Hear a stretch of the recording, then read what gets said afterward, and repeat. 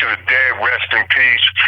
Any motherfucking rapper that says Biggie Smalls was the greatest rapper of all times or of your time or whatever time Biggie was out is a motherfucking liar, man.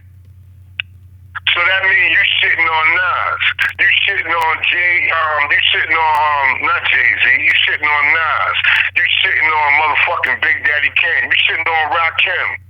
Rakim is the god of MC. When you the god of some shit, ain't nothing better. Biggie got songs about raping bitches. Give me the loot, give me the loot, and all that. Biggie rhymes some simple street shit, man. Right. Nas is a prolific rapper, man. And make sure the shit hit the motherfucking interview. Because I want motherfuckers to know this. Because New York been bitch ass. You know, New York can let down south motherfuckers, Atlanta niggas come in, say what the fuck they want to say, goofy. Let some West Coast motherfuckers, I ain't gonna mention their names because they ain't real set trippers or gang bangers. And I told you, I live out in LA right now. Right.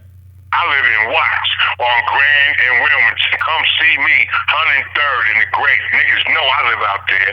I got students out there. I got babies out there. I got wisdoms out there, everything. So I lived in West Coast before I could knock it.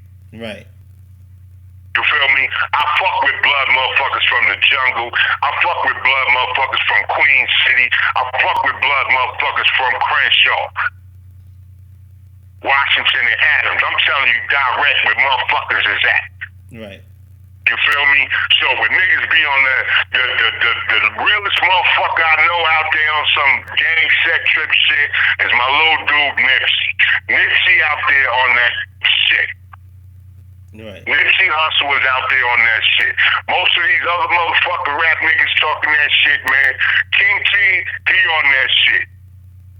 RBX and them, they on that shit. It's certain motherfuckers that's on that shit. And there's certain motherfuckers that they be trying to act like they Crips or act like they Bloods, but they can't set trip in no motherfucking hood, man, being no rapper. Right. So I made it my point to go and observe that whole lifestyle in LA before I could criticize or get at any motherfucking body, man. Right. You feel what I'm saying? So then with that being said, it's like I said, boom, you know what I mean? It's like with the Cube situation, you know, like my brother Shorty right now as we speak, Shorty kind of in a coma on life support. But he fought for Cube. He did his thing for Cube, but he got to be for Cube. Right. JD, which is my other brother, you feel me? JD caught a body, allegedly, at T-Bone, who was Cube Man or cousin or something like that. T-Bone from Lynch Mob and them, his peoples owned a bowling alley. JD got into some beef with a motherfucker, this, that, boom, bang. So it was alleged that JD murdered the boy. Right. JD, while being Lynch Mob, a group that's on Street Knowledge record label, which is owned by Cube and Brother Ron, fought a murder case with a public defender. That ain't you know what that means. Yeah, right? You already know. Anytime you get a public offender, motherfucker, and murder. Yeah, it's over. And Cube's wife Kim was like, "Yo, don't look out for him." Allegedly, that's what she said. Yo, that ain't your problem, Cube, and you don't owe them niggas nothing. This, that, and the third. That ain't how hip hop feel. That ain't how we feel. So you and Cube, after that whole issue at the Palladium, y'all never had a chance to sit down and talk? Yeah, I built with him. I've seen him. He did a show with he was doing a show. Him and Game had did a show, and I was out there in LA, and I was staying with Shorty at the time. I was living with Shorty when I was out there and shit, because I was arguing with my girl. So when my girl name is 5150, that means she crazy, and her people's is Black Gorilla Family. From Pacoima, that's OG Cleon and them Black BGF, Black Gorilla Family is L. So me and my girl was, we arguing and shit. So whenever I argue with her, I go stay in the hood. So when I go stay in the hood, with Shorty, so they like, yeah, Cube, gang gonna be performing at this club, woo, woo, woo. So I said, yo, Shorty, I'm going. Shorty's like, nah, man, leave the boy alone, man. He ain't trying to get at us, whatever, whatever. I said, yo, but he can't break niggas off nothing, man. I said, when you got millions, you know when you broke and niggas always say, yo, if I get millions, we all gonna live, we all gonna eat. So now when you get millions, nigga, we all ain't living and we all ain't eating. What the fuck is the problem? He didn't really mean it. So, I went to the motherfucking show. I went on some humble shit, smooth, and I seen my dude, Big Boy, the DJ from out there, the radio DJ. Remember Big Boy used to be fat and he lost weight? Mm-hmm. The original Big Boy, not the Outcast Big Boy. No, Big Boy, so big. Right, so Big Boy see me like, anytime I see Big Boy, he always, oh shit, that's the OG Pink Son. Come on, OG, you in. Boom. So when he took me in, I went and posted in Cube dressing room. Parlay. Started eating some wings and shit. So when Cube, he popped up, he came up and shit. He seen the guy up in there like, yo, say yo, peace, guys. So he's like, peace. So Cube run with a brother named Monster Pookie. That's a security, but Monster Pookie is an OG from the hood. So when I see Monster Pookie, I'm like, yo, peace, man. So he said, yo, son, what up, man? I said, yeah, man. So I said, I dialed the number. I said, hey, man, talk to Shorty, man. Talk to Brother Jerome. That's your man, right? He was like, yeah. So I put him on the phone with Shorty. Politic with your man. So while Monster Pookie was on the phone with Shorty, I went to Cube dressing room. So I'm like, yo, Cube, what's good, man? You know what I mean? Like, yeah, we chilling, man. You know everything, this, that. And I just was like, yo, all that shit, you know what I mean? All that shit what went down, man. On some grown man shit, I'ma just let it go. You know what I mean? I said, yo, but what you really need to do, man, you need to take care of Shorty and JD, man. I said, cause, you got street knowledge and you talk about, you Cube from the streets and all that shit, man. But when a motherfucker hit Hollywood bound, a lot of niggas forget what they said and what they promised to the motherfucking streets and who looked out for them, man. I said, yo, just look out for the guards, man. Right. And that was the last time we built. He played this interview to Cube. He didn't know what I'm talking about. Right. What year was that? What year was that? This was motherfucking... This was 2011 or 12. Oh, okay. So that's been a minute. This was recent. It was the show that he did with him and Game. So then, Game had seen me out there and shit. So he's like, yo, what up, man? OG, anything you need, man? I can represent you. I said, I'm cool, fam. I roll with the God bodies out here, man. So we ain't no set. We ain't no gang, man. We God bodies, man. Right. You know what I mean? Right. So that was really like the last time I fuck with Cube like that. But I was like, just nigga, you got millions, man. All you gotta do is go see these motherfuckers, man. Get these niggas $500,000 apiece. Do something to show motherfuckers they ain't, have Dub living. I went to court and I seen motherfucking Mac 10 in court, and he was shook. He knew who the fuck I was. I said, yo, man, ain't you Mac 10? So he was like, yeah, what's up, homie? King Son, yeah, what's up? Yeah, what's going on, man? So last time I seen you, you know what I mean? We was at the motherfucking show when I was gonna fuck up Fat Joe. He was like, yeah, I can't believe the homie never left me, man. I said, yeah, but what's good with you, man? How you doing, man? Oh, I got he had some little traffic shit. But it's like, man, why y'all niggas out here? I said, yo, why the nigga Cube, man, can't take care of niggas, man? So, you feel me? Yeah, so let me ask you this question. You mentioned, I know you talked to me about Fat Joe and he had owe you money and everything like that.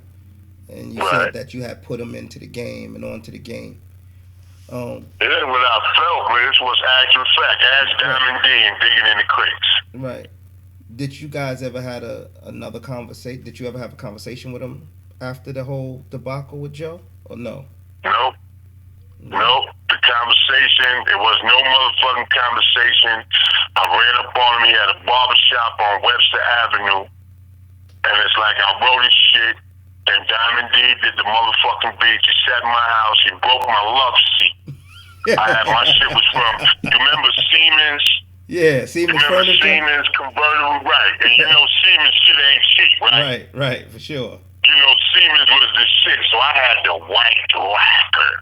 Right. I said I had the white lacquer sofa bed, love seat with the lacquer tables and the motherfucking wall units. My shit was like damn near 3,000. This fat motherfucker used to come to my house, man, on some diabetic shit, and whenever he sit on the motherfucking love seat, he'd just plop. So he kept plopping till the middle separated from the motherfucking arms.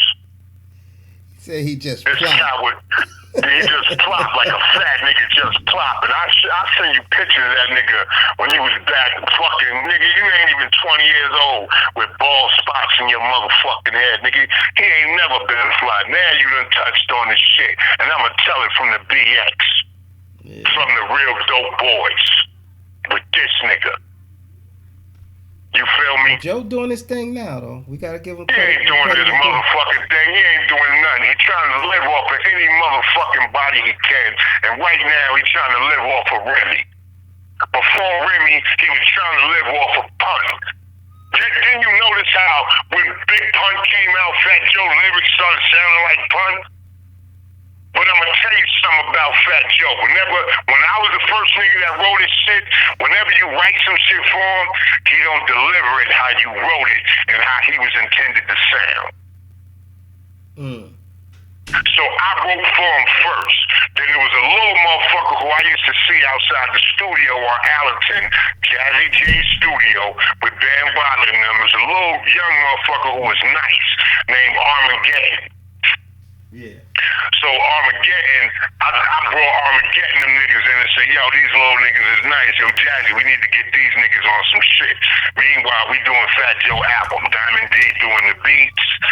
And I'm in my motherfucking crib writing the rhymes. And I'm fucking trying to tell this nigga in the studio how to sing. Right? Meanwhile, this nigga like playing like Dope Boy, cause his brother was the man at the time. His brother name was Money Man Angel at the time. So it's like, you know, the nigga I met Fat Joe, he came at me. I'm at the weed spot by this club called the Rhythm Factory across the street from Fordham University on Webster Avenue in the Bronx. So we at the spot, so the nigga, you know, I'm copping weed, so this nigga copping a Diet Snapple. That's how he gonna know I'm telling the truth, and that's how y'all niggas know. My memory is impeccable. So it's like, I'm copping some weed, so he's like, yo, King Son, like your shit, man. Yo, I'm a fan. I said, yo, that's what's up, man. So what's good with you? He's like, nah, I'm chilling, man. Yo, I'll be rhyming too, man. Yo, you know what I mean? He's like, yo, he didn't say Fat Joe. He said my name. They call me Jody Gangster, man. So where you from? He's like, I'm from Forest Projects. I said, word? Alright, so I said, yo, give me your number, man. I'll come fuck with you. So he wrote his number down. I got some paper from the Jamaicans, wrote his number down. So, yo, I'm gonna come holler at you tomorrow, see what you got. Yeah, you told me about it. You told me about he sent you the number to the phone booth. Right, he gave me the number to a motherfucking phone booth. But my question... So anyway... Go ahead. Nah, go ahead with your question. I was gonna say, but my question was, you know, now that, well, I think he's doing pretty good for himself. You know, he got a few things going on. Do you think there could ever been at this point, you know, y'all could kind of talk and get things squared away? Hell no. All I want to do is punch. I don't even want no money. All I want to do is square up and punch him in his motherfucking mouth, Bronx style. I seen him in motherfucking Florida. I seen him in Florida and South Beach. He was getting off a motherfucking tour bus. I was with two god bodies, but they was Hispanic god bodies and they was killers. He got back on the motherfucking tour bus and the niggas drove off. Then I seen him in LA at some motherfucking car show in Corona, like south of LA and Corona and shit like that. He was with Mac 10. The nigga was performing. Anytime I see this nigga performing or see him, I walk up and show him my motherfucking face. Then I disappear the way he gonna come off stage at. Nigga dipped off stage, right, in LA. Nigga dipped off stage, and Mac 10 see me like, hey, yo, King Son, yo, you know the homie Fat Joe, right? I said, yeah, where he at? Yo, where? Me and Mac 10 start walking to the bus he was on. The bus drove off on us. Just peeled. I want the motherfucking world to know. I don't give a fuck. If Remy Martin hear this motherfucking Remy Ma hear this shit, them the niggas that robbed her for the TS chain back in the motherfucking day. Straight in box. Fat Joe, when the nigga was using before they got with Pun, and all them niggas, I fucked with Cuban, I fucked with Safe. I ain't really fuck with Tony Sunshine. I ain't really know him. But all them niggas was nice. But they wasn't Fat Joe man. Them was Pun's mans. Why they ain't coming out? Why they ain't came out no more? Why Fat Joe ain't looked out for them? Why Fat Joe ain't looking out for Lil Pun, who's a fucking beast right now? So don't tell me that Fat Joe doing big things, whatever the fuck he trying to politic and maneuver around some goofy motherfuckers he can convince that who the fuck he say he is. Hey man, I'm just saying what I feel. You got a different No, I mean, perspective. I'm not. You know, I'm telling you, like I said, man, I'm bringing this from the Bronx. Even though I was born in Jersey, let a nigga say I was born in Patterson, New Jersey. But I lived in the motherfucking Bronx since I was 5, 6 years old, nigga. Popham's Avenue, off of Andrews over there. My uncle named Qualified. Anybody in motherfucking New York City know Qualified. Sonny Slade, Pebble Slade, Man Slade, Mark Slade. And Mark Slade was from motherfucking Harlem. Right. I've been New York, nigga. Not saying that to you and part of me, but when that Fat Joe shit, you touch a nerve, man. Because this was a fat, goofy motherfucker. We was on the show 48 hours, right? Remember that show, 2020, 48 hours? Right, yeah. I remember. ABC. You remember it was me, Run DMC, and Chubb Rock. We did a segment on bootleg DVD, bootleg CDs. Like motherfuckers was bootlegging, rappers CDs and cassette tapes, right? Right. So when they did my segment, I'm walking down Fordham Road. I'm walking down 25th, right? And every African I see with my shit or Cube shit or anybody I know, I smash they motherfucking knock their tables over. And tell them motherfuckers, yo, that's my shit. I'm just trying to eat, yeah, nigga, but you taking food out of my mouth, nigga. Right. You feel me? So we doing this shit, right? So Fat Joe got ahead of us, so he going.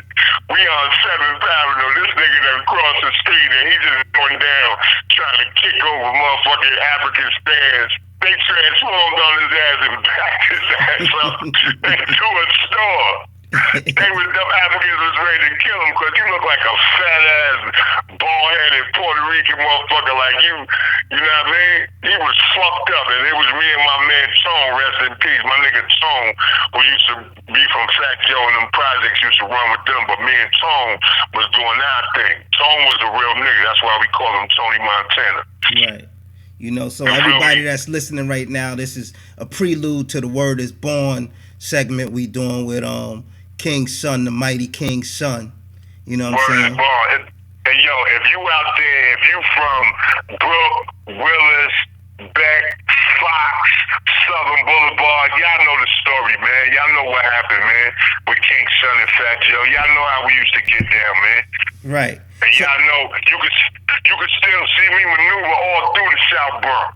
You could see me maneuver through 188 Fordham, through 183rd and Grand Concourse, through Gun Hill Projects, Eden Wall Project. Y'all still see me maneuver. And it ain't a money thing. It's if a nigga could go back home. How many niggas you shitted on, and how many wolves want to eat you. Right. So your disdain ain't a money thing. You think was it more personal, like an honor thing or something? Of course it was personal, man, because the boy had a girl, and he lived in Queens, like in some little back house. It was a house, but it was behind somebody's house. So he lived on some low-key shit. So anytime he had to fuck abroad, he wouldn't get a hotel. I let the nigga use my apartment on Olinville Avenue in the Bronx. Right. You feel me? Nigga, fuck up my sheets and leave my shit all dirty and this, that, and the third. Like a motherfucker, he ain't have no sophistication about himself, man. And he still ain't got no sophistication. And I walked on Funkmaster Flex because Flex did an interview interview with him. And when do you know a bunch of black brothers that sit around and let a Puerto Rican motherfucker, yo, this nigga, yo, Curtis Blow, this nigga was doing this.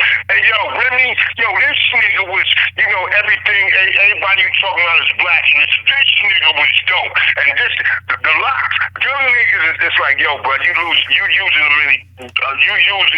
too many niggas for me. Right. You feel me? And I know the motherfucker is prejudiced because the Puerto Ricans that's hearing me, y'all know what they call black people when you prejudice. You call them moyos. Right. Like you pronounce it M-O-Y-O, moyos, but it's M-O-J-O, mojos. Right. So when you say, yo, these moyos or this moyeto or this moyeta, that's when they diss you. They call you a black nigga. Because if you really want to say black, you will say moreno or morena. Right. Or negro or negra. Right. When you say moyo or moyeta, and that's what he used to say, and I used to say, yo, man, why you keep saying that moyo shit, man? Moyo's like, yo, because that's what we call motherfuckers. Keep saying you don't know, because you got some Puerto Ricans that's prejudiced like that. Yeah, I get it. Maybe that. I mean, you feel me? I can't defend his slang, you know, or his dialogue, because you know. Well, I speak Spanish. Right. I speak Spanish, and I represent the Dominican community. Right. Right. I speak Spanish and too. Dominicans don't say moyos. Dominicans say morena. Right. Mira, morena. Like Big Pun said, what he said? Boricua, morena, right. Boricua. That's how you do it properly. And Pun was a motherfucking good ass dude. He was the fucking Puerto Rican G-rap of that shit. Right. And if you listen, I challenge you to do this. Listen to Fat Joe's first album, the shit that I wrote. Then listen to the other shit, Jealous hold up. So you wrote his first album, Flow Joe, and all that. Like 7 songs out of 10. Now you gotta flow, Joe. Bust it, check it, watch how I wreck it. Better watch your back. Shit. So you wrote all that shit? I wrote all that shit. I don't even know one song. Oh, shit. But he didn't put me on the song with G-Rap and Apache where I was shining at. He put me on the song with the niggas that was from his project called Another Wild Nigga from the Bronx. And listen to that song. Listen to Fat Joe's song. The album represent. Listen to Another Wild Nigga from the Bronx and tell me who ripped that old motherfucking track. Okay, well, y'all hear that? The God is challenging y'all to listen to that record and make that comparison. Listen to the album represent Another Wild Nigga from the Bronx. Right. Shorty got a fat ass. Joe the Fat Gangster. Gotta flow, Joe. Those are King Son lyrics written at 3560 Olinville Avenue off of Gun Hill Road and 213th Street in 1992. Now check this out, y'all. When y'all do your due diligence and do that, I want y'all to leave these comments. And cause he's gonna read them and he gonna let y'all know what he think. So let's move on to another subject, man. That was great, man. So we talked about Ice Cube. Hold on, let me say one thing. Let me let the world know. I ain't bitter. I'm love. Right. My wisdom is 25 years old. I push a Lex. I got bread. I live lovely. I got a team. In LA. Right. My team, now Big Supreme, Divine, the God, Eden Ball, Gun Hill Project. I still got that popping. I got a team in South Beach, down in Broward County. Right. I still got my team in LA. So I'm good. I got family everywhere, man. I got my team out here in Cincinnati, Over the Rhine. Shout out to Over the Rhine, McMicken boys. Right. Real dudes, God bodies. Right. You feel me? All right, let's go. All right. So, me and you, off the record, me and you talked about a subject. Now, you let me know if you want to talk about it. We was talking about Shirt Kings last time we talked. And then you was telling me a story about Bobby Brown. I didn't know if you want to touch on that or not.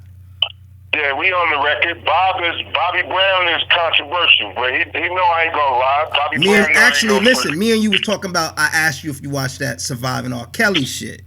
And that's how the conversation started. So what do you thought about that R. Kelly, Surviving R. Kelly?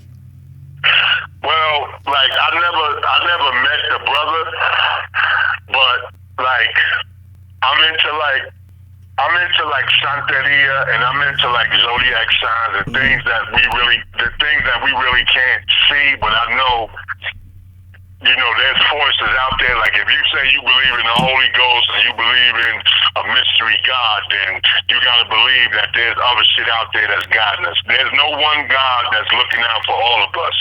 You got guardian angels, you got guardians that guide you, then you got demons that push you to shit. Right. Now, R. Kelly is a Pisces, but he's a March Pisces. You feel me? So okay, you're going to break Pisces, it down for us.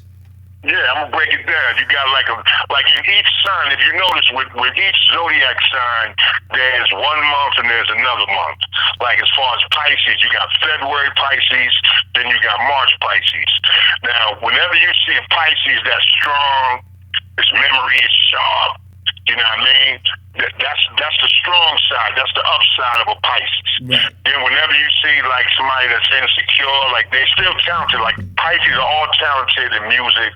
They're talented in numbers. They're talented in knowledge and shit like that.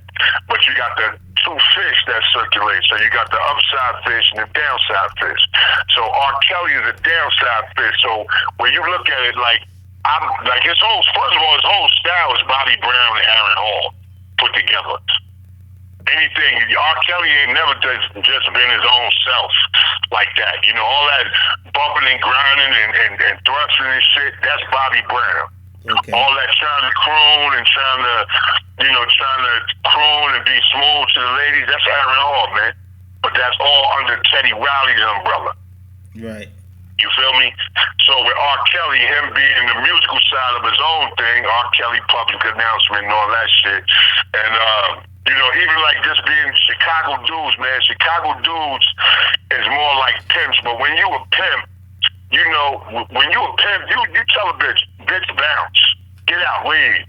Mm-hmm. The bitch ain't gonna leave because she loves you. But if you handcuffing the bitch, if you gotta hide a bitch and bob and weave abroad like that, then that's some other shit. Mm-hmm. Now I ain't really got no problems with as far as like R. Kelly, like he fucked with a chick that was 15, 16, whatever. Now because like in our day, 15 and 16, what was you doing at 15 and 16? You was beating, you was getting, I don't want to be disrespectful to like the Me Too movement and shit, but in other words, when you was 15 and 16, you wasn't no motherfucking virgin, man. Who, me? Yeah, was you? Yeah, I still was. Yep. That's right. You was from Long Island, so probably. Hold on. That shit don't mean a motherfucking thing. I was from Long Island. I just moved a little slower than my friends. That's all. So, bro, at 15, when you was in 8th and 9th grade, you ain't getting no draws. I mean, I was dry humping. I wasn't actually in it. No, bro, dry humping was 9 and 10, bro. 12 and 13. You ain't had watched no Pam Grier movies. You ain't seen the Mac and all that shit. Of course I did. You 42nd Street.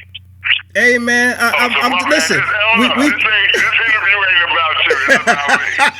Hold on, let me defend myself, man. Everything is word is born, so I'm gonna keep it 100 with you. Yeah. See, how you bringing the truth out of me. Nah, at that age, now 16 is a different story. 15, no. Your parents is listening. That's why you said that. With me and most cats that's my age, right, which is 50 years old, 45, 50 and better. Right. 13 motherfuckers had jobs. 13 motherfuckers were selling drugs, using drugs, getting pussy and all that. So, not saying like, because you got some chicks out here, like with that whole R. Kelly shit, right, it ain't really so much that R. Kelly was able to get at him. It's the parents, like your daughter was out there. Right. I got 5 daughters and 4 sons. You feel me? Mm-hmm. So if my daughter was out there, that meant I ain't regulate. I ain't educate them on how to move and who to move with and whatever the fuck. Right. You feel me? So that falls on the parents. So, but as far as the little, peeing on the bras and doing this and sex and all that shit come along with cocaine. That's why Rick James got locked up. And see, what people don't realize is that, from the disco eras, you feel me? Like if you ever seen the movie Son of Sam. Yeah, I seen right? that. Yeah, I so seen the that. Spike Lee movie Son of Sam, you remember John Leguizamo, him and his girl went to Studio 54. Right. Start sniffing cocaine, his girl got twisted out by some dudes. That shit happens. So all the kinkiness that go on in your mind, that's gonna pop off. Now in this R. Kelly time, it's ecstasy and all that other goofy shit. Right.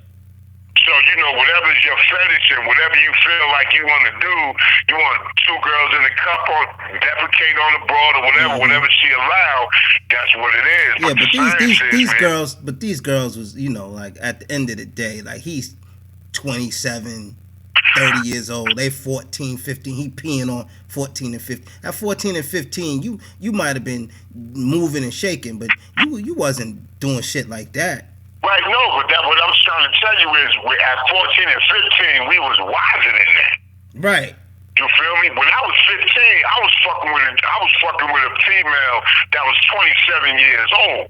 And people in Patterson, New Jersey, they know that. And this wisdom had access to cocaine, and she gave me like a half a kilo, gave me like an eighth of cocaine, and I was selling 20s. I'm selling 20s. I'm 15 years old. I had my own apartment, all that shit. You know what my mother and my sister said? What's that? Boy, you better bring your motherfucking ass home, because if we come around there, it's going to be embarrassing and we going to hurt you. See, now that's the family. That's the kind of family I came from. Right. My mother was like, nah, what is you doing with a 27-year-old woman? Yeah. And people, I ain't got to say her name because she went through some shit, but people in Patterson, if y'all listen to this, y'all know what I'm talking about. This some boy from Patterson, I was living on 32nd Street between 17th Avenue and Park Ave. And this was 1983 going into 84 with Scar. She took me to see Scarface. She took me to New York to a motherfucking apartment where she had about 5 or 6 keys of straight coke. In a Dominican dude crib. And then I was 14, 15. You think I wasn't a man? You think I ain't manned up? Right. The Dominican dude called me. He called her crib and said, yeah, let me speak to some boy. And I was like, who is it? She was like, it's Tony. I was like, yeah, man, what's good? Like, I'm 15. How you had this conversation with a Dominican like you was in my house, you fucking my girl, and what's poppin'? And he got deported. Right. So she was in control of the shit. So he said, whatever you got, whatever she gave you, do what you do with that. He said, but let that raise you, man. Let that grow you up. He said, if you do that, and it pop off like that, I'm going to call you back to check on you, and you're going to be that dude. You feel me? So I had to, at 15, I had the access from a Dominican dude to be a motherfucking coke seller, but the gods. Yo, God, what is wrong, God? You selling coke, God? Right. You can't do that like Father Nate Sean, my physical Sean Law. Yo, gods don't do that, man. Gods don't distribute poison, man. You gotta knock that shit off, God. Boo, boo, boo. Right. So I had to knock it off. Right. So we was. And this when I was going to Eastside High School. That Joe Clark shit. Right. So. You feel me? So you was telling me about the parallel between Bobby Brown and R. Kelly. Oh yeah, okay. So now the parallel between Bobby Brown, Bobby Brown is from Boston, and Bostonians is real. Like New Yorkers is real, New Jerseyans is real, and like where we from up top, New Yorkers, Boston, like that's why we don't get along with each other, cause we real. Right. A Boston motherfucker will tell you how he feel, man. Fuck New York, man. You New Yorkers and blah, blah, blah. New York will be like, man, fuck y'all Boston niggas, man. Fuck Jersey niggas, and Jersey niggas will pop off and this, that, and the third. So it's like, Bob ain't no hair on his tongue. Like, ain't no hair on Mike Bivens, Ralph and them. Like, Mike is gangster, Bob gangster. A lot of motherfuckers don't know that Ron DeVoe is gangster.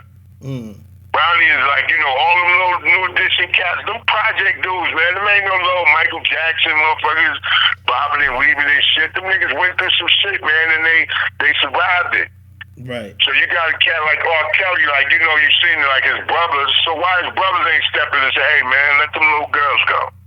Right.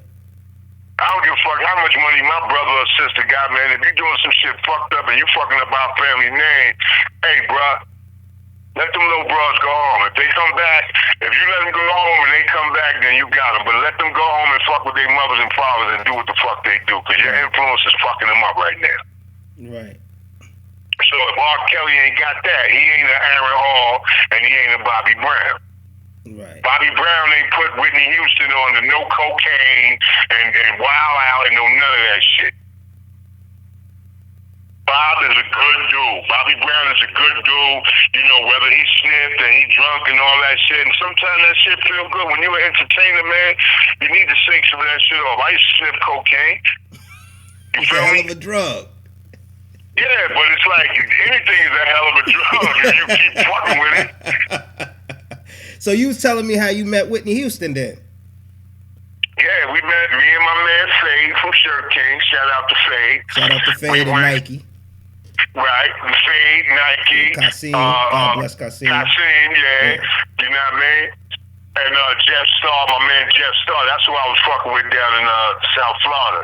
But me and Fade, he did these Sex You Up shirts when the movie came out, New Jack City, and Bob was performing at the Garden with Ted and Keith Sweat and Al B and all of them, that whole little thing. So Bob wanted some Sex You Up shirts, so Fade did the shirt, so he told me, yo, ride with me downtown. So what you doing? He said, yo, I'm going to fuck with Bob. So I was like, all right, Bobby Brown. I said, yeah, all right, let's go fuck with Bob. I like fucking with him. So we go down there, and we run up the same hotel that Bob was. Oh, you know what the hotel was called? What's that? The Peninsula. Peninsula, okay. So when you put it back to the Ice Cube, that's where Ice Cube was staying. When they rushed him from the Marriott, he was staying at the Peninsula Hotel on Fifth Avenue. Okay. That's where Bob was staying at. And then so we get down there, we fucking with Bob, we about to roll up some shit, Fade about to roll up. So boom, we smoke, and then that's when Bob was like, yo, yeah, I've never guessed who I'm fucking with. So he's like, who? Like, who you fucking with? Mary J. Blige or somebody whoever the fuck with? And he knocked on the door in this hotel room, but it was adjacent to another room. Whitney came out like, oh, shit. When she came out, she was like, hey, how y'all doing? Boom, bang, this, that, and the third. So she was like, how you doing, love? She said, my name King Son. She's like, King Son, D. Moet? Hey, love. Oh, you a Jersey boy. I know you, boo, this, that, and the third. Oh, so she knew who you was. Right, she knew who I was. And did that surprise you?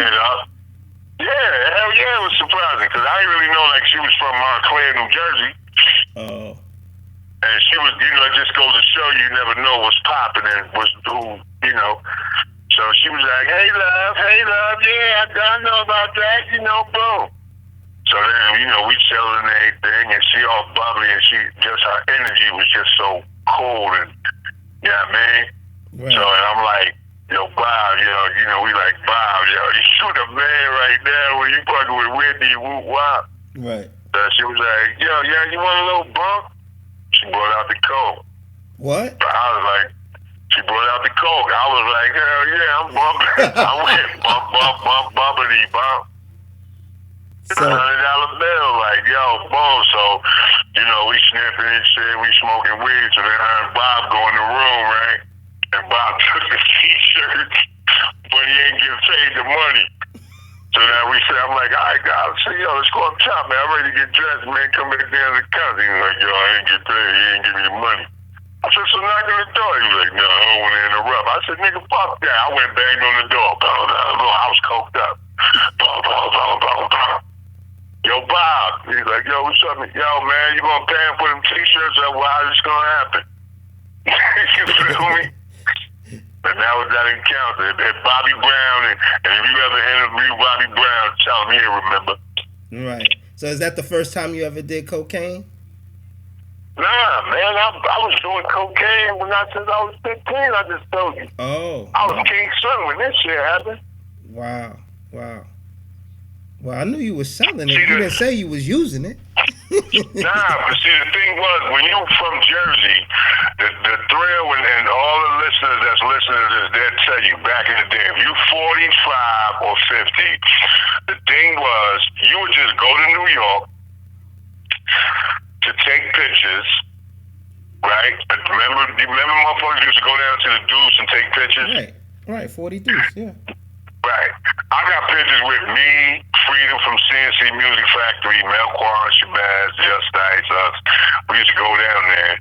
But they was on the New York side. But back in the day, man, like from anything from like 83, 84, 85, 86, you go to New York, you go up top first, you go to 145th, and you go see Rich Porter and them. You go see Rich Porter. Now, you said you had a relationship with Rich Porter, right? Yeah, we used to shoot dice with Rich Porter. Right. And Rich Porter didn't like, when you shoot dice with Rich Porter, he didn't like to see dirty sneakers or fucked up sneakers. So if you shot dice with him, your sneakers got to be clean or they got to be brand new. You feel me? Right. But you would go up top to 145th, from 145th in Amsterdam down to 8th Avenue. But we used to go to a spot. It was a bar in the corner. We used to go to 145th and 145th and St. Nick. There was a bar that used to sell dimes and 20s in them little tubes. Mm-hmm. And you go to New York, you'll get you a dime or a 20, I'll get you something like a pint of Bacardi, and you run through New York, and you be chilling. Right. And it wasn't like, see, fucking with cocaine wasn't like dope. Like, it ain't like fucking with heroin and all that shit. It's like, it'd be, let's say if it was 3 of us, and we get the little 20. So boom, you get the 20, you mash it up, you got it, and y'all take a little one-on-one, and I pass it to you. You take a little... You funny. Right. You take the little one-on-one, each nostril, then you take the pint of Bacardi, you pour a little bit in the top, and you throw it back. Now you amp. You feel me? Like, y'all, we in New York, nigga, who won it? What? Yeah, that's some Jersey shit, because New York, we was just in New York. Right, but, shit, but once even from New York, I used to do this with motherfuckers from the Bronx. Listen, I was just getting back at you because you keep hitting me with the Long Island shit. Right, because Long Island motherfuckers, y'all wasn't doing that, motherfucker. Y'all was home and shit, and y'all motherfucking 2-car garage houses and shit. Rakim, like you, Rakim, Buster, EPMD, motherfuckers. Nah. Shockley and y'all niggas got guest houses and shit. Y'all probably used to snip coke in the guest house in the back. Shit, I wish shit was like that. Nah, I'm fucking with you. I know. So, did you have a relationship with Alpo? Yeah, but no.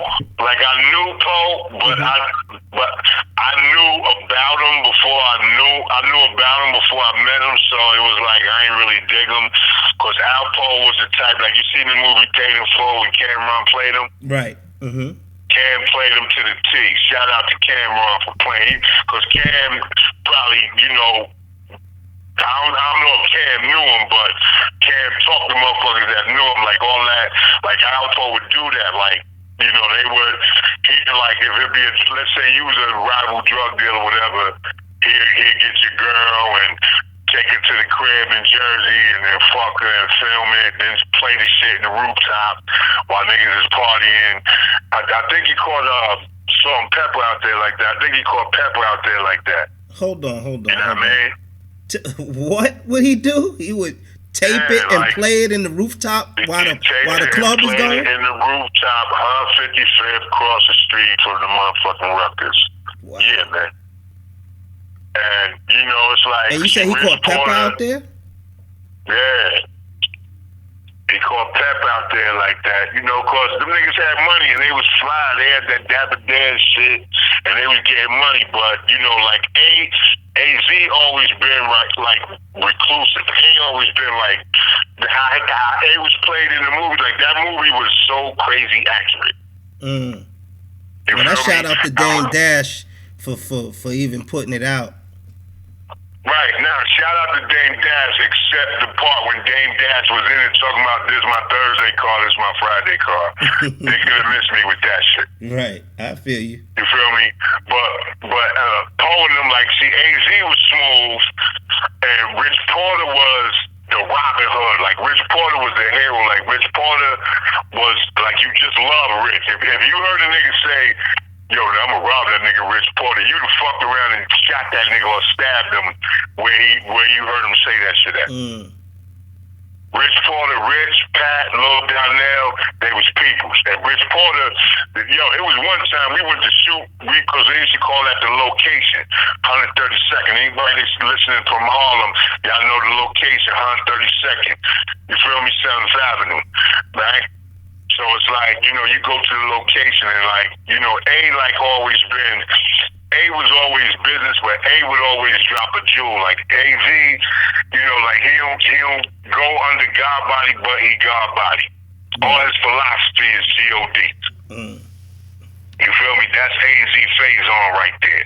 Then you got my man Boogaloo, Gangsta Lou, that's my man right there. Gangsta Lou, that's my heart. Me and Gangsta Lou, I used to go fuck with Lou, and we walk all the way through Harlem. We'll walk from like 145th, we'll walk all the way down to like 90-something, just fucking with bras, then we'll walk way back up, stop, eat some fish, eat some motherfucking clams, what you call them shits, like mussels, put some hot sauce. We walk up, then we catch my man KK, who was Doug Fresh, man, stop by 125th. And it's just like, that was Harlem, man. That was hip-hop, and that was also like that renaissance. Like, those was the last hustlers. Right. You feel me? That took care of the motherfucking block. Like, you won't let nothing happen to these niggas, man. And Alpo was from the east side. He's from like 106 and like 2nd and 3rd. So he was like a different type of motherfucker. He was always flossing. Like, if you had some shit, he had to do better. If you had a fly bitch, he had to either fuck your bitch or get another bitch better than hers and all that. And that's what I ain't think about him. You feel me? Right. So you was telling me about this brother by the name of Bugs that was down with Puff. You mentioned him. I didn't know that story, but do you want to kind of share it with the listeners right now? Like I say, guys, this what we doing is a prelude to actually King's Son will be on film, on tape. Right now, you're just listening to the audio, but we're going to be launching his blog called Word is Born, and y'all just getting some of the jewels because he's a walking almanac. So make sure y'all leave some comments. Let them know what y'all want to talk about, what y'all, any questions y'all may want to ask him. Right.